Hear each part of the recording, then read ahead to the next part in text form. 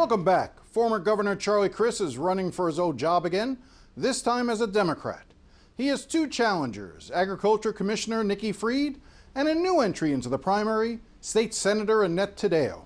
Charlie and I talk about his plans to legalize marijuana, but I start the conversation with Crist by asking him if he believes Nicholas Cruz should receive the death penalty for the murders in Parkland. I think it probably is. I mean, these facts are just tragic, Jim. And what happened to those poor students is beyond comprehension, really. And so I do think that probably would be appropriate. You know, I administered the death penalty as governor several times.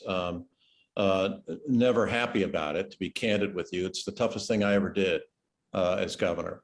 But when you look at the facts of cases that come before your review, and you understand how horrific some of these crimes have been, and this is one of the most horrific crimes in American history. You know, obviously a lot of the families came out of that tragedy wanting better, tighter gun regulations. We haven't really seen it. We saw a little bit of advancement immediately following, but that momentum seems to have faded. I'm curious as to, if you were elected governor, what you think you could do, realizing that you would still have a Republican legislature, to try to deal with the issue of gun violence in the community? Well, that's a great question, and it's an important one. And it seems to me that a couple things are fairly obvious to me, what we should try to do. Get rid of assault weapons. Why we need these weapons of war in our society is beyond me. Of course, you know, probably, I think it was back in 1994 that the United States outlawed assault weapons, AK-47s and the like. I think that, number one, is a very smart, just, correct thing to do. You know, I support the Second Amendment, but I don't understand why you need to have those kind of weapons and those kind of magazines with multiple bullets at the disposal of somebody that's troubled. Speaking of trouble, background checks as well, Jim, I think are extremely important. They need to be very stringent. Make sure that any kind of guns do not get into the hands of those who are ill-equipped to handle them in the first place.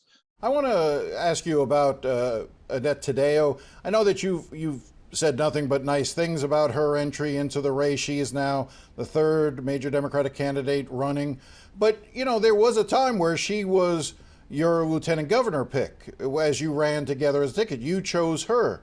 What does it say, though, that she has decided not to support you and to run on her own? Isn't that sort of an indictment that she thinks clearly she would be better than you, and having seen you up close? Number one, I think she's a wonderful person, and I wouldn't have picked her if I didn't believe that, obviously. Number two, anybody who thinks they should run or want to run for governor or any other office for that matter should pursue their dreams. And so I support the fact that she's doing that. I don't have any problem or any qualm with it whatsoever. If that's what her dream is and that is what she would like to pursue, then God bless her and best to her. I think it'll be a wonderful campaign for all three of us. I really do, in the primary. You also made some news this week talking about, as governor, you would legalize marijuana and seek to expunge records. Talk to me a little bit about that. How did you come to this conclusion that marijuana should be legalized in the state of Florida? And just talk me through your thinking process there a little bit. No, I appreciate that. I do think it's important to do so. You know, I think legalizing marijuana, therefore being able to regulate it and tax it, can be a huge advantage for Florida. You know, it's a multi-billion-dollar industry, let's face it. And so, you know, if you have it under a fact that it's legalized throughout the state, you know, 18 other states have already done this, Jim. So this is nothing terribly novel, but it would be novel to Florida, obviously. We already have medicinal marijuana. But I can't help but think of a personal situation. My older sister, Margaret, lost her life to brain cancer.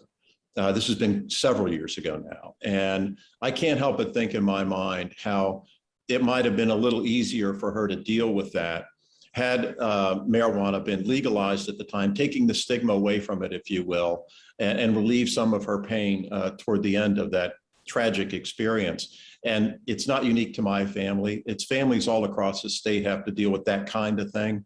But that's medical marijuana you're describing, and there is a provision now for it. You're talking about expanding it to making it legal for everyone, for anyone, presumably 18 and up? Is it 18 and over, 21 and over? Do you set a limit on when you can actually buy marijuana under your plan? I think 18 and above is sufficient. And I think that, we limit the amount of plants individuals could have, 6. But it seems to me, if you're allowed to brew your own beer, why can't you grow your own weed?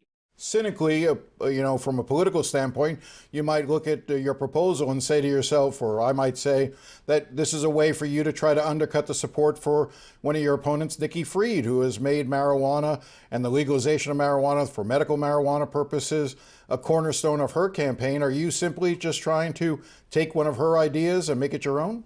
Not at all. No, sir. No, and I applaud her efforts in this area. I think they're important. I obviously agree with it. So I think it's more of a compliment than anything that I support the policy that she does. And I think it's a more progressive approach. I think Democrats are going to propose that more than Republicans, obviously. Governor DeSantis has indicated he's against that. And so I think it's a wonderful coming together. Donald Trump won the state by 3.5 points. Is this a make or break year for Democrats? In other words, if Ron DeSantis were to win by a sizable margin, do you think Florida gets taken off the board nationally as a swing state, and that we then become solidly a Republican red state? I don't think that's going to happen. Obviously, I'm running to win. So I think it's important that I stay focused on the task at hand, which is running a good campaign, being disciplined, making sure, we take one day at a time, understand the process ahead of us. And I think we're going to be successful. I really do. I mean, polling's been a bit all over the place, but some of it has been pretty darn good for us. And so I take some comfort in that. And I believe that if we continue to put our message out about protecting, a woman's right to choose, treating COVID in the serious nature that it should be, instead of not advocating masks, not advocating vaccines, as the governor has done, trying to tell local governments what to do on this issue, instead of letting them have the opportunity to make mass decisions for themselves. I know it's infuriated parents all across the state. And Miami-Dade, Broward, Palm Beach, others, I think it's about a total of 13 or so counties, districts, if you will, that have said, look, we're going to defy the governor. We're going to do what we think is in the best interest of the safety of our children and our school teachers. And that's why we take these positions. I think that's where Florida is. And I think that's progressive. Frankly, I think it's common sense. And I think what he's doing is nonsense. And I don't mean to be too pejorative, but we've lost almost 58,000 lives now. That's almost equal to the number of lives lost in the Vietnam War. I mean, this is serious stuff. I think he's taken a horrible approach to it, mocking a guy like Dr. Fauci, who is the lead physician when it comes to dealing with pandemics. That's not the way to be a good, prudent leader of a state the size of Florida. Florida deserves better, and that's why I'm running for governor. And yet you've seen that approach that he's taken be rewarded in terms of fundraising. He has raised a great deal of money, more than $50 million already.